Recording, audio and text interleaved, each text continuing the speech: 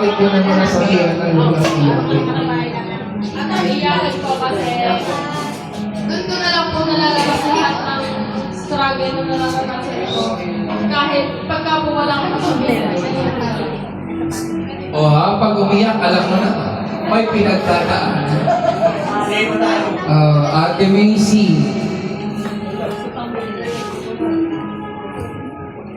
Good sister-in-law. Mabuting hipa. Ano ba, mabuti o mabait? Alin sa dalawa? Tabot. Kasi hindi ko siya inaaway. Okay lang. Minsan. Hindi daw inaaway. Dadating ba sa punto na aawayan mo? Wala naman. Ay siya, good. Tawagin natin si Tito Marie.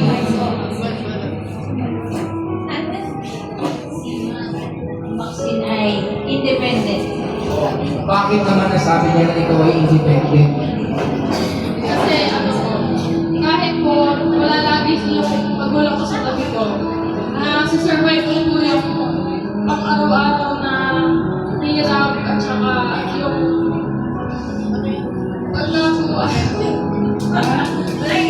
pagka wala po sila sa tabi ko, opo, mahirap. Pero kailangan ko po magpaka-independent kasi wala naman po ibang susuporta sa akin kundi yung sarili ko at saka si Lord. Narinig mo yan, please. Wala yung ibang susubot. Kundi si Lord.